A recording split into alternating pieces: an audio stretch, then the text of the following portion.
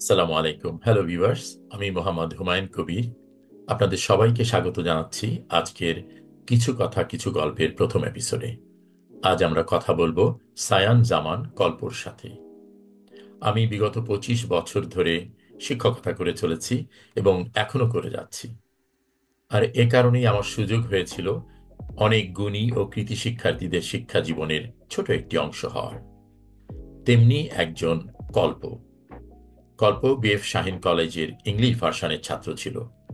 2020-21 দিকে কল্পর সাথে আমার পরিচয়। বিএফ শাহীন কলেজ ঢাকার ইংলিশ ল্যাঙ্গুয়েজ ক্লাবের ফাউন্ডিং প্রেসিডেন্টও ছিল কল্প। ছিল আরও অনেক সাংস্কৃতিক কাজের সাথে জড়িত। কারেন্টলি কল্প ঢাকা ইউনিভার্সিটির আইবিএ অর্থাৎ ইনস্টিটিউট অব বিজনেস অ্যাডমিনিস্ট্রেশনের দ্বিতীয় বর্ষে আছে। ওর মিড টার্ম এক্সাম। তাহলে আর কথা না বাড়িয়ে শুরু করা যাক আজকের কিছু কথা কিছু গল্প।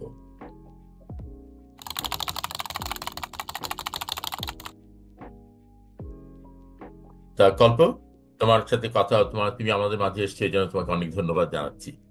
কেমন আছো? এখানে ডাকার জন্য স্যার আমার জন্য অনেক বড় একটা প্লেজার এন্ড অনেক বড় একটা অনার। My pleasure to. তুমি তো এখন সেকেন্ড ইয়ার মিড টার্মে আছো না? মিড টার্ম এক্সাম চলছে। স্যার জি স্যার, মানে হুম। বেসিক্যালি আমাদের ওই যে বিভিন্ন জুলাই আন্দোলন আর এসবের জন্য একটু পিছিয়ে গেছে।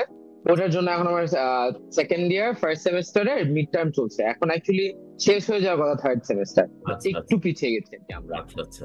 দর্শক শ্রোতা, বুঝতে পারলেন তো যে তার মিড টার্ম এক্সাম চলছে, কিন্তু তাও এই ব্যস্ততার মাঝে আমাদের মাঝে কল্প এসছে। এই জন্য কল্পকে আরেকবার ধন্যবাদ জানাচ্ছি। কল্প, কল্প, প্রথমে তোমার কাছে শুনবো তোমার শৈশবের কথা। তোমার বেড়ে ওঠা কি ঢাকাতেই নাকি অন্য কোথাও ছিলে? স্যার আমার বেড়ে ওঠা স্যার ঢাকাতেই। মানে 2 বছর বয়সে আমরা ঢাকায় চলে আসি। আচ্ছা আমার জন্ম নওগাঁতে, আমার নানি বাড়িতে। আচ্ছা। আর হচ্ছে প্রথম জীবনে 2 বছর আমি চা বাগানে ছিলাম সিলেটে, আমার বাবা চা বাগানে ও, কাজ করতো। তো ভেরি গুড। এখানে সেই বাংলো বাড়ির মধ্যে সেখানে বেড়ে ওঠা, তারপর ঢাকায় তো। আচ্ছা, বাংলো বাড়ির কথা কি মনে আছে কিছু, চা বাগানে? ওইভাবে কিছু মনে নাই, কিন্তু স্যার ছবি দেখি আর মাঝে মাঝে যাওয়া হয়, তো মানে আচ্ছা বছরে আচ্ছা একবার অন্তত যাওয়া হয়। তো যখন আচ্ছা আচ্ছা যাওয়া হয় তখন দেখি আর ওই কমিউনিটিটা এত আর কি, এত ক্লোজ একটা কমিউনিটি যে সবার সাথে দেখা হয় এখনো অনেক, তাই সব মিলিয়ে। আচ্ছা আচ্ছা। আর তাহলে তোমার প্রাথমিক ও মাধ্যমিক শিক্ষা শিক্ষা শুরুটা কোথা থেকে? কি ঢাকা শাহী নেই? স্যার আমি স্যার ছোটবেলায় স্যার প্লে নার্সারি ছিল হচ্ছে একটা পিটার প্যান নামের একটা স্কুলে। হুম হুম হুম। আর তারপর থেকে স্যার কেজি থেকে কলেজ পর্যন্ত হচ্ছে শাহিনী, 14 বছর। আচ্ছা আচ্ছা। তো সেই সময় ক্লাসরুমের কথা কিছু মনে পড়ে? কোনো বিশেষ ঘটনা বা কোনো শিক্ষক এ সম্পর্কে যদি তুমি কিছু বলো। স্যার খুব ভালো করে অ্যাকচুয়ালি মনে পড়ে, মানে স্বাধীন জীবনটা এমন একটা জীবন ছিল, মানে সবকিছু ওইখানে দেখেছি। মানে আমার এখনো মনে আছে প্রথম যখন পরীক্ষা দিতে গিয়েছিলাম সেই দিনের কথা, আমাদের মাধ্যমিক বিল্ডিং এ আমাদের পরীক্ষা হয়েছিল। তারপর হচ্ছে মানে তখন তো চিনতাম না, মাধ্যমিক বিল্ডিং পরে চিনলাম। তারপর ছোটবেলায় আমার পেঙ্গুইন নামের একটা সেকশনে ছিলাম, ধীরে ধীরে বড় হয়ে ওঠা, সবকিছুই অ্যাকচুয়ালি মনে পড়েছে। তারপর ক্লাসে আমার যেমন বিভিন্ন সময় মানে ক্লাস ফাঁকি দেওয়া থেকে শুরু করে ক্লাসের পিছে বসা, আবার ক্যাপ্টেন্সি করেছি অনেক বছর, তখন আবার হঠাৎ একদিনে রেসপন্সিবল হয়ে যাওয়া। আচ্ছা, খুবই চমৎকার, খুবই ভালো লাগলো তোমার অভিজ্ঞতার কথা শুনে। আর আমি জানি তুমি আর আমি জানি তুমি ঢাকা শাহীন কলেজের ইংলিশ ল্যাঙ্গুয়েজ ক্লাবের সাথে যুক্ত ছিলে। ইনফ্যাক্ট তুমি Dhaka BF Dhaka Shaheen English language club কলেজের ফাউন্ডিং প্রেসিডেন্ট, তাই না? একটা একটা ক্লাব গড়ে তোলার পিছনে অনেক না জানা কথা, অনেক চ্যালেঞ্জ থাকে। এই ক্ষেত্রে তোমার কি চ্যালেঞ্জ ছিল একটু শেয়ার করবে? কিভাবে ওপেন হলো? স্যার সবার আগে তো স্যার একটা হচ্ছে যে আহ, একটা টিম গঠন করার মেইন চ্যালেঞ্জটা ছিল। যে আমার মানে ভাবেন যে আমি প্রথমে একেবারে একা ছিলাম, আপনি তো তখন জানতেনই। তো এখন আমি একা থেকে আমি প্রতিটা ক্লাসে ক্লাসে ঘুরে ঘুরে বেড়াই যে কে আছে যে আমার সাথে মানে এইটাতে আমাকে সাপোর্ট দিতে চায়। তারপর প্রথমে অনেকজন পেলাম, অনেকজনই হ্যাঁ বললো, কিন্তু তারপর অনেক হার্ডেল ফেস করা লাগে অথরিটির কাছ থেকে বিভিন্ন ভাবে টাবে। তো সব অথরিটির কাছে সব হার্ডেল ফেস করার জন্য প্রায় একটা বছর লেগে যায়। যে একটা বছরে অনেকজনই আবার মানে মানে যে না থাকবো না আর পারছি না। শেষমেশে আমি একটা অসাধারণের টিম পাই। সেই টিমটা হচ্ছে আমার সবচেয়ে বড় একটা সাপোর্ট ছিল, আমার বড় স্ট্রেংথ ছিল। তাছাড়া ভাবেন যে আমি নতুন করে গ্রাফিক ডিজাইনিং শেখা লেগেছে, আমাদের নতুন করে হচ্ছে কিভাবে সাপ্লাই কাজ করে, কিভাবে কোথা থেকে ব্যাচ বানাতে হয়, কোথা থেকে আমরা কিভাবে একটা কম্পিটিশন হোস্ট করব, কিভাবে সেশনস নিব, পুরো জিনিসটাই মানে আগে তো মানে আমি এই সাইডে ছিলাম, আই ওয়াজ দা লিসেনার। তো আ- তখন আমি রেসিপিয়েন্ট হিসেবে আমি সেশন করেছি আচ্ছা। প্রথমবার, তখন আমার এভাবে পুরা অর্গানাইজের জন্য যা কিছু শেখা লাগে। অ্যান্ড এখানে অবশ্যই আরেকটা ব্যাপার ছিল যে সবচেয়ে বড় হার্ডেল আমার কাছে মনে হয় যে মানুষজনের ওই একটা ভরসা, মানে স্টুডেন্টদের, যে স্টুডেন্টরা যে আমাদের সাথে টাইম স্পেন্ড করবে। আমরা কিভাবে জানি ফার্স্ট ইয়ারে আমরা প্রায় 350 প্লাস মেম্বার পেয়ে যাই, one of the most members. So ওই যে মানুষজন যে সবাই আসতেছে, এসে একটা মানে they feel like this is a comfortable space, কারণ ইংলিশ তো একটা সেকেন্ড ল্যাঙ্গুয়েজ আমাদের। তো ওটা শেখার জন্য we need to have a more comfortable space, একটা সেফ স্পেস। তো মানুষজন যে ওইটা ভরসাটা আমরা গেইন করতে পেরেছি, এটাই আই থিঙ্ক আমাদের সবচেয়ে বড় একটা অবস্টিকল ছিল, যেটা আলহামদুলিল্লাহ I would say we were pretty successful with it. That's good, that's very good, wow. তুমি তো সায়েন্সের স্টুডেন্ট, তুমি তো সায়েন্সের স্টুডেন্ট ছিলে, তাই না? এবং সায়েন্সের স্টুডেন্ট হিসেবে সাধারণত হয় কি, সবার গোল থাকে ডাক্তারি বা ইঞ্জিনিয়ারিং এসবে যাওয়া। কিন্তু তুমি একটু অন্য অন্যদিকে চলে এসেছিলে, আইবিএ তে ভর্তি হওয়ার ডিসিশন নিলে। এটা কিভাবে হলো? মানে তোমার কোনো ইন্সপিরেশন কেউ ছিল, নাকি তুমি নিজে থেকেই সিদ্ধান্ত নিয়েছিলে? তো স্যার এখানে হচ্ছে বেসিকলি আমার সবসময় ম্যাথস ভালো লাগতো, মানে পুরা বেসিক ম্যাথস ছোটবেলা থেকে। আর আমি জানতাম যে আমি বেসিক ম্যাথস এর সাথে আমি কিছু একটা কাজ করতে চাই, বেসিক ম্যাথস বা ভাবেন একটু চিন্তা ভাবনার একটু যেসব ব্যাপারগুলো, যেমন একটু ফিলোসফিক্যাল বা একটু সাইকোলজি বা এই ধরনের। তো এইভাবে আমার ছোটবেলা থেকে এইভাবে মাথায় আসে। আমি তারপর প্রথমে ডিসিশন নিই যে আমি সাইকোলজি পড়বো। কিন্তু বাংলাদেশে আমি সাইকোলজি মানে যতটুকু প্রসপেক্ট দেখলাম সেটা আমার অত কনভিন্সিং লাগেনি। তখন গিয়ে আমি তারপর দেখলাম আমার 9 10 একজন টিউটর ছিল, জাফর ভাইয়া। সে হচ্ছে আমার টিউটর, তাই তাকে আমি সময় দেখতাম যে সে তার পড়াশোনা কিভাবে দেখতো, তার বন্ধুদের ব্যাপারে কিভাবে কথাবার্তা বলতো। সে আর কি আমার 6 বছরের সিনিয়র। তাকে দেখে অনেক বড় একটা ইন্সপিরেশন হয়। আর ছোটবেলা থেকে আমার কাজিনস ছিল আইবিএ তে, বড় ভাইয়ারা। তাই তাদেরকে দেখে আমি অলওয়েজ দেখেছি যে আইবিএ কালচারটা কেমন। তাই জাফর ভাইয়া, বড় ভাইয়াদেরকে দেখে একটা আইবিএর প্রতি একটা ফ্যাসিনেশন আসে। আবার যখন এই যে সাইকোলজি পড়তে চাচ্ছি, আবার একটু মানে নাম্বারস নিয়ে কাজ করতে চাচ্ছি, আবার মানে আমার সবকিছুর মানে বেস্ট একটা মানে মিক্সচার মনে হলো, ক্রসরোডস যাকে বলে, বেস্ট ক্রসরোডস মনে হলো হচ্ছে বিবিএ। কেন? কারণ বিজনেস পড়ে আমি নাম্বারস নিয়ে ফিনান্সে কাজ করতে পারবো, ইকোনমিক্স এর দিকে আমি ফিলসফি বা এইসব নিয়ে অনেক কিছুই মানে অতপ্রত ভাবে জড়িত আছে, মার্কেটিং এ সাইকোলজি নিয়ে কাজ করতে পারবো। সো যেহেতু আমার কালচারটাও ভালো লাগে আইবিএ, যেহেতু আমার প্রসপেক্টও ভালো লাগে, যেহেতু পড়াটাও ভালো লাগছে, তো তখন I aim for IBA. But অনেকজনের এটা হয় যে তারা হচ্ছে আইবিএ তে পড়তে চাবে, এই জন্য তারা বিবিএ পড়ছে। কিন্তু আমার জন্য, আমি বিবিএ পড়তে চাচ্ছিলাম, বাংলাদেশে বিবিএ পড়ার বেস্ট জায়গা আইবিএ, আমার আইবিএ পছন্দ ছিল, এই জন্য আইবিএ তে আমি এসেছি। তাই এই জন্য একটা আমার একটা ভালো জিনিস যেটা হয়, আমি ক্লাসে পড়তে জীবনে প্রথমবার, আমি জীবনে কখনো অত ভালো স্টুডেন্ট ছিলাম না, এখন জীবনে প্রথমবার একটু চেষ্টা করি আর কি। আগে পড়তেও ভালো লাগতো না, এখন পড়াশোনা করতে ভালো লাগে একটু একটু। Very good. তাহলে IBA is also an inspiration for you, তাই না? লেখাপড়ার দিকে আইবি ডেফিনেটলি। ইনস্টিটিউটের একটা ভালো তোমার উপর প্রভাব পড়েছে। আর স্কুল কলেজ লাইফে, তুমি বেশ কিছু এক্সট্রা কারিকুলার অ্যাক্টিভিটিস এর সাথে জড়িত থাকতে, তাই না?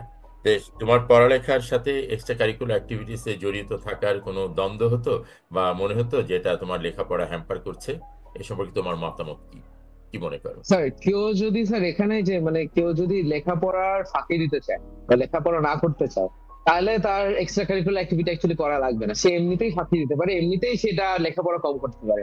আর কেউ যদি লেখাপড়া করতে চায়, তাহলে সে 4 5টা এক্সট্রা কারিকুলার অ্যাক্টিভিটি করার পরেও সে শেষে গিয়ে ম্যানেজ করতে হবে। অবশ্যই যে কটা ক্রিটিক্যাল ক্রিটিক্যাল সময়, যেমন এসএসসির সময় কিংবা এইচএসসির কয়েক মাস আগে থেকে টেস্ট পরীক্ষার, তখন তখন অবশ্যই মানে প্রায়োরিটি অবশ্যই বেশি করে করে লেখাপড়াকে দিতে হয়, যে তখন এক্সট্রা কারিকুলার অ্যাক্টিভিটি অনেক কমিয়ে দিতে হবে, এটা সত্যি কথা।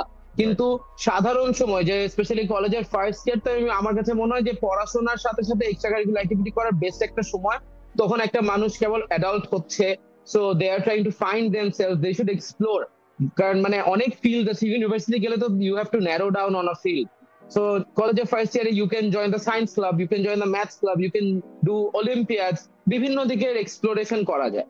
সো ডেফিনেটলি আমার কাছে এটা মনে হয় না যে পড়াশোনা মানে ক্ষতি হবে। অফকোর্স ম্যানেজমেন্ট করতে হবে, time management is a skill, যেটা স্যার এখনো আমার লাগে। মানে এখনো তো আমাদের বিবিএ তে অ্যাকচুয়ালি পড়াশোনা যেমন কম, সো অনেক আমরা এক্সট্রা কারিকুলার অ্যাক্টিভিটি করি, আমার ফ্রেন্ডসরা বিভিন্ন পার্ট টাইম জবস করে। আমি নিজে কয়দিন আগে একটা ফুল টাইম ইন্টার্নশিপ শেষ করলাম আই ফার্মার নামের একটা স্টার্ট আপে।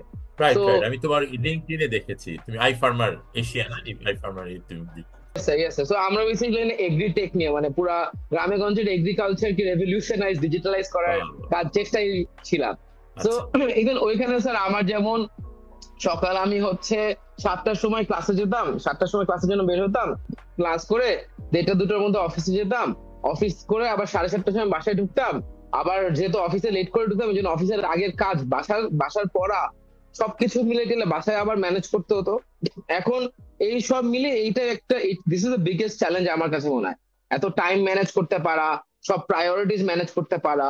সো আমি যেমন পরে দেখেছি যে ফুল টাইম আমাকে দিয়ে হচ্ছে না, এই জন্য আমি ওইটা তারপর আমি আর ফুল টাইম কন্টিনিউ করতে পারিনি।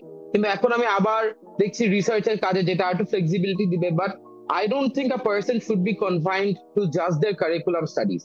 কারণ কারিকুলাম স্টাডিজ সবাইকে একটা জিনিস শিখাবে। মানে আমার ক্লাসে 100 জনের 100 জনকে একটা জিনিস শিখাবে, অফকোর্স সবাই ডিফারেন্ট ভাবে নিতে পারবে, কিন্তু নিজের একটা যে ইউনিকনেস, একটা ফ্রেশনেস, যে প্রতিটা মানুষের একটা ইন্ডিভিজুয়ালিটি থাকে, যে আমি এখন ইংলিশে স্পেলিং বি করেছি, ও ম্যাথ অলিম্পিয়াড করছে, ও আবার নাটক করছে, ও গান গাচ্ছে। এই ইন্ডিভিজুয়ালিটিটা I feel like extra curricular activities থ্রুতে আরো বেশি গ্রো করা যায়। Right right right. আচ্ছা, অনেক সময় ছাত্র জীবনে হয় কি আমরা অনেক সময় হতাশ হয়ে যাই বা একটু ভেঙে পড়ি। তোমার লাইফে কি এমন কিছু চ্যালেঞ্জ এসেছিল যে তুমি একটু হতাশ ছিলে বা ভেঙে পড়েছো, বা কিভাবে ওভারকাম করেছো যদি থাকে? স্যার কয়েকটা আছে, আপনি যদি বলেন স্যার আমি 2-3টা বলো। বলতে পারি আর কি। নিশ্চয়ই নিশ্চয়ই, আমরা শুনবো। সবার আগে যেমন স্যার জেএসসি তে আমি অনেক চেষ্টা করলাম, মানে আমার বাংলা হচ্ছে one of my favourite subject. আমার বাসায় বাংলা সারাক্ষণ অনেক অনেক এমফাসিস দিয়ে পড়ানো হয়। সো আমি বাংলা পরীক্ষায় আমি ভালো দিলাম, সবকিছু হলো। কিভাবে জানি, আমি তারপর আমার মার্কসও এসেছিল, আমার একজন ফুপি খালা ছিলেন বোর্ডে, সে মার্কস জোগাড় করে দিলাম, আমার কি হয়েছে 78 আসলো, আহা। জিপিএ 5টা আসলো না, বাংলাতে A+ আসলো না। আচ্ছা আমার সেই দিন আমি আমার সেই দিন রাত্রে মনে হয় আমার একটা কাজিনের বিয়ে ছিল, সেই দিন রাতে বা তার পরের দিন রাত্রে আমি সেই দিন সারাদিন কান্নাকাটি করলাম, মনে বিয়েতে হলো এই তো যাওনি? জীবনের শেষ। বিয়েতে যাওনি?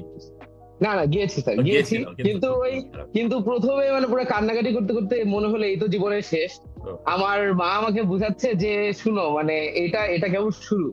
এসএসসি তে তারপর এসএসসি সব ঠিক ছিল, এইচএসসি তে আবার আমার কিভাবে জানি A+টা আসলো না। এইচএসসি তে আমি হচ্ছে আমার যে এরকম হয়েছে, আমি আমার বন্ধুদেরকে বাংলা পড়িয়েছি, তাদের A+ এসেছে, আমার আসে নাই। আহ, আমি তাই আবার খুবই খুবই মানে আমার বাংলা ব্যাকরণ ছিল ফেভারিট সাবজেক্ট, তো আমি খুবই খুবই মানে হতাশায় পড়ে গেলাম। এভাবে আবার হলো এইচএসসি তে। তারপর মানে ওইখানেও আবার আমি এইভাবে, আমার বাবা তখন আমাকে বললো যে তোমার রেজাল্ট মানে শিক্ষার মেইন গোলটা কি, মেইন গোলটা হচ্ছে তুমি শিখছো নাকি না। তুমি যদি এখন আমাকে সমাসের প্রকার বুঝাতে পারো, সেটার যদি ইউজেজ বুঝাতে পারো, তাহলে তোমার পড়াশোনা successful, result doesn't matter. Exact. So ওই বিশ্বাস নিয়ে স্যার আরো বার আগিয়ে যাই। আবার শেষ আমার যে মেন বাধা আমি ফেস করি, সবচেয়ে বড় বাধা ফার্স্ট সেমিস্টারে এসে, আহ, তো স্যার যেভাবে বললাম যে আমার অনেক দিন ধরে ইচ্ছা ছিল আইবিএ তে পড়ার, প্রায় আমি অনেক বছর ধরে প্রিপারেশন নিলাম, আইবিএ তে চান্সও পেলাম। জীবন তো আমার স্যার খুবই আমি খুশিতে, যে আর চেষ্টাও করছি, এবং প্রথমবার আমি পড়াশোনার উপর এফোর্ট দিচ্ছি অনেক বেশি করে। কিন্তু ফার্স্ট সেমিস্টার মিড টার্মের রেজাল্ট দেখে আমার কেন যেন মনে হলো যে মনের মতো না। তখন স্যার আমার মনে হলো যে আমি আর কিছু পারছি না, আমাকে দিয়ে কিছু আর হবে না। তখন again thanks to my family, I got up and আমি ফাইনাল দিয়ে দেখলাম অত খারাপও আসে না, রেজাল্ট ভালোই আসছে, অযথা কান্নাকাটি করলাম।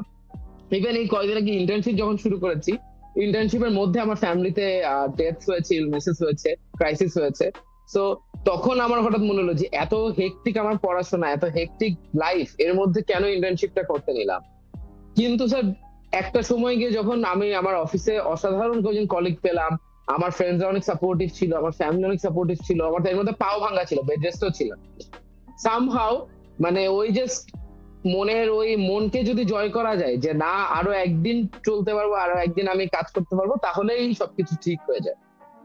আচ্ছা আচ্ছা, হ্যাঁ, তোমার একটা ব্যাপার, তোমার এই হতাশার সময় তোমার পেরেন্টসরা খুবই তোমাকে এনকারেজ করেছে, তাই না? এবং তোমাকে Yes. আসলে চেয়ার আপ করেছে। এটা খুব একটা বড় ব্যাপার, দর্শক শ্রোতা, যে আমরা যদি হতাশ হয়ে যাই, আমরা যারা প্যারেন্টস আছি, তারা যেন সেই হতাশাগ্রস্ত সন্তানকে আশার আলোয় জ্বালিয়ে রাখেন। এটা খুবই দরকার। দেখতে দেখতে অলরেডি তুমি ইউনিভার্সিটি আইবিএ সেকেন্ড ইয়ারের মাঝে চলে এসেছো। বিশ্ববিদ্যালয়ের জি। জীবন নিয়ে, আইবিএ নিয়ে যে তোমার স্বপ্নটা ছিল, সেটার সাথে বাস্তবতার কতটুকু মিল খুঁজে পাও? বা তোমার স্যার খুবই ফ্যাকাল্টি ক্রিটিক্যাল মেম্বাররা একটা কেমন? কোশ্চেন হয়ে গেল। স্যার অ্যাকচুয়ালি স্যার বেশি মিল নাই। আমি সত্যি কথা যদি বলি, বেশি মিল নাই। ভালো খারাপ ভাবেও বলছি। যে একটা হচ্ছে যে কখনো যখন আমরা যে স্বপ্নটা দেখি, সেই স্বপ্নটা তো কখনো মানে সত্যি হতে পারে না। তাই সেই আমি যেভাবে ভেবেছিলাম, যা যা ভেবেছিলাম, যা যা করব, যা যা দেখব, অতটা ওরকম না। কিন্তু আবার অনেক কিছু পেয়েছি, যেগুলা এমন ভাবে পেয়েছি যে এগুলো ভাবিনি যে পাবো। তাই নিজেকে মানে ভাবেন যে যেহেতু এখন 21 বছর বয়স হলো, আপনারা তো স্যার আরো ভালো জানেন, কিন্তু বড় হচ্ছি, এখন অনেক কিছু মানে যত বাধা বিপত্তি ফেস করছি তত বেশি আরো শিখছি। তাই বলে হচ্ছে ওই দিক থেকে একটা মানে পজিটিভই হলো যে নতুন নতুন চ্যালেঞ্জেস, যেমন নতুন মানুষজনের সাথে মেশা, সেই নতুন মানুষজন কিরকম হবে, সেই নতুন মানুষজনের সাথে কোপ করতে পারা। আর সবচেয়ে একটা বড় একটা ব্যাপার হচ্ছে স্যার, আমি যেটা মনে করি যে এখন এসে finally we have to make our own decision and we are responsible for ইট।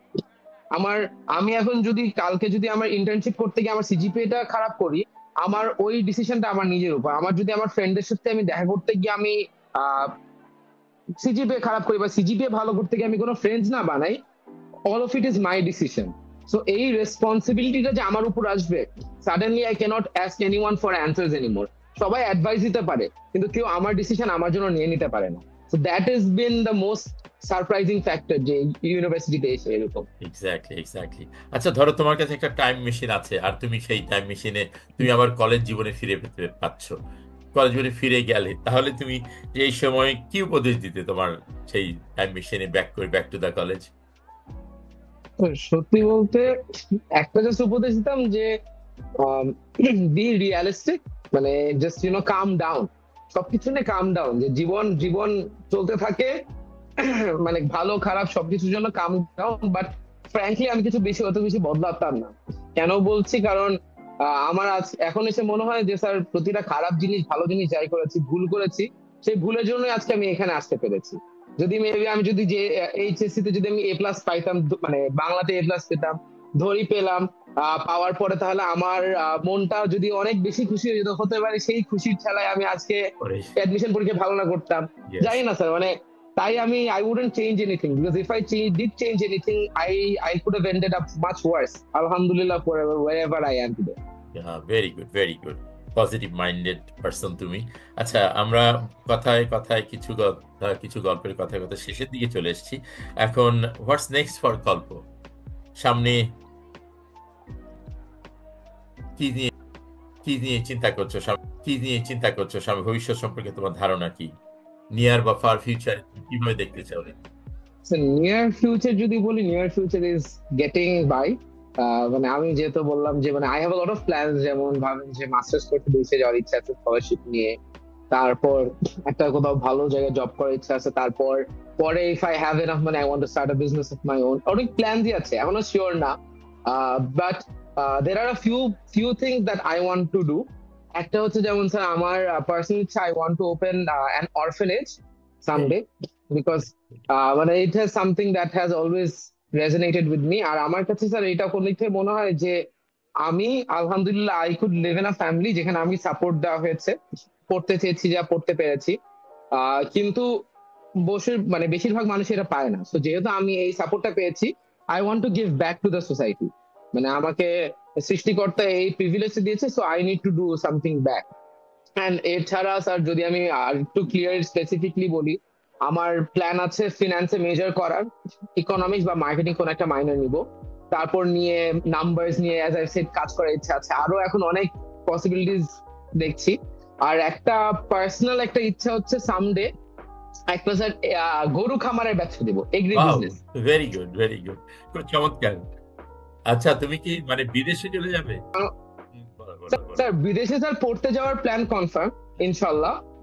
কিন্তু সেটেল করা নিয়ে এখনো আমি শিওর না স্যার। আবার ভেরি মাঝে মাঝে মনে হয় there is this new concept digital nomad. যারা প্রতি 6 মাস পর পর জায়গা বদলায়, বিভিন্ন জায়গায় ডিজিটালি কাজ করে, হুম, স্যার ওটাও করতে পারি। আচ্ছা। এক্সপ্লোরিং, স্যার ওইটাই বললাম যে এই এই মানে আমি ফার্স্টে যখন আইবিতে ঢুকেছিলাম, I had a list of set plan, যে আমি ভাবেন যে আমি সিএফএ করবো, এটা করব, ওটা করব। এখন এসে স্যার মনে হয় যে এত ফিক্স থেকে না থেকে নিজেকে একটু এক্সপ্লোর করতে দিই, কারণ মানে দুনিয়াটা অনেক বড়। সো এইভাবে কিন্তু এই যে এই এগ্রি বিজনেস এর একটা প্ল্যান, এটা যেমন আমার ইচ্ছা, স্পেশালি আই ফার্মারে জয়েন করলাম ওই জন্যই, যে বাংলাদেশের agriculture has so much potential but so under utilize. So দেশের জন্য কিছু একটা যদি করতে পারি, মানুষের জন্য যদি কিছু একটা করতে পারি, তো ভালোই হয়। খুবই ভালো, খুবই ভালো। গল্প, তোমার সাথে কথা বলে খুবই ভালো লাগলো। তোমার সাথে গল্প করতে করতে আমরা আজকে শেষের পর্যায়ে চলে আসছি। তোমাকে যদি বলি, তুমি নেক্সট যারা আছে তোমার জুনিয়র, এখন কলেজে স্কুলে যা আছে, তাদের জন্য তুমি কি অ্যাডভাইস দিবে, কি সাজেশন দিবে? স্যার আমি মেইনলি এটাই বলবো যে অনেক স্যার আমি নিজে অনেকটুকু ফাঁকিবাজ ছিলাম সত্যি কথা বলতে, কিন্তু একটা জিনিস রিয়েলাইজ করতে পেরেছি, যদি মন দিয়ে কিছু একটা করা হয়, তাহলে মন নিজেই নিজেকে ফাঁকি দেওয়া হয় না। মানে যখন আমি নিজে অ্যাডমিশনে নিজের জন্য চেষ্টা করলাম, যখন আমার এইচএসসি টেস্ট পরীক্ষার আগে আমি অ্যাভারেজ স্টুডেন্ট ছিলাম, আমার মনে হলো যে না, এইচএসসি টা ভালোভাবে দেওয়া লাগবে, কারণ দিস ইজ লাইক টেস্ট, যে I have to prove my self যে আমি অ্যাকচুয়ালি পড়াশোনা আমি এতটুকু পারি, আমি অ্যাকচুয়ালি এতটুকু শিখছি। 14 বছর ধরে আমি জীবনের স্কুল আমি এমনি এমনি কাটাইনি। So it was a true test to myself. So আমি ওইভাবে নিজেকে টেস্ট দিয়েছি। যখন স্যার অ্যাডমিশন আমার মানে মা বলেছিল ফুললি নিজেরটা দাও, বাবা বলেছিল চাইলে একটু সায়েন্স টাইন্স দাও, কিন্তু আই ওয়াজ শিওর যে আমি আইবে দিব। So it was a test to my self. এখন আমি যে পরীক্ষার আগে যখন পড়াশোনা করি, I do not do it to show it two anyone, যে আমি তাকে তাকে দেখাবো, যে আমি একে বলবো আমার সিজিপিএ কত, আমি ওকে বলবো যে আমি এরকম ভাবে গ্রাজুয়েট করছি। ইটস মোর যে আমি নিজেকে বলতে চাই যে I want to prove this two myself. So আমার জুনিয়রদেরকে just এটাই বলবো যে বাকিদের সবার অ্যাডভাইসেস নাও। আমি অ্যাডমিশনের আগে স্যার 50 জনের কাছ থেকে মিনিমাম জিজ্ঞেস করেছি যে কিভাবে পরীক্ষায় ভালো করব, কিন্তু শেষে দেখলাম স্যার নিজের স্ট্র্যাটেজি, নিজেরটাই সবারটা শুনে আমি I picked out a few advices and used it to make one advice for my brain. মানে you know yourself best, নিজের রেসপন্সিবিলিটি নিজের। So take all the helps you can get, but নিজের স্বপ্ন দেখো, সেই নিজের স্বপ্নের জন্য নিজে চেষ্টা করতে থাকো, কারণ তোমাকে কেউ আটকাতে পারে না যদি তুমি নিজে চেষ্টা করো। তো এটাই বুঝছি, যতদিন আরো বড় হচ্ছে এটাই দেখছি। That's right, very good, very good. গল্প, তোমার সাথে গল্প করে খুব ভালো লাগলো। এবং আমরা চেষ্টা করব শিক্ষা জগতের বিভিন্ন ছাত্রছাত্রী যারা আছে, তারা এই এপিসোডে আসবে। এবং গল্পর সাথে আমাদের যে গল্প, এর থেকে যদি আমাদের যারা ছাত্রছাত্রী আছো শুনেছো, তার কিছু সাজেশনও ছিল, এবং তার নিজের যে গল্পগুলা ছিল সেগুলা থেকে ইন্সপায়ার্ড হবে আশা করি। এবং আমরা পরিচিত, আমি অনুরোধ রাখবো যে আপনাদের যদি কেউ পরিচিত মানে ভাই বোন বা যেই থাকুক, যারা এখানে আসতে চায়, তারা আসার জন্য আমরা ওয়েলকাম করব। গল্প, তুমি আমাদের সাথে সময় দিয়েছো, এই জন্য তোমাকে অনেক অনেক ধন্যবাদ। এবং নতুন এপিসোডে দেখা হবে ইনশাল্লাহ নতুন কোনো মুখের সাথে। গল্প, আর আমি অনেক শ্রোতা হিসেবে স্যার অবশ্যই থাকবো নতুন থ্যাংক ইউ এপিসোডে। Very much. তাহলে দর্শক শ্রোতাবৃন্দ, এ পর্যন্তই। সবাইকে শুভেচ্ছা জানাচ্ছি। Stay happy, stay inspired, stay healthy. খোদা হাফেজ। Thank you sir.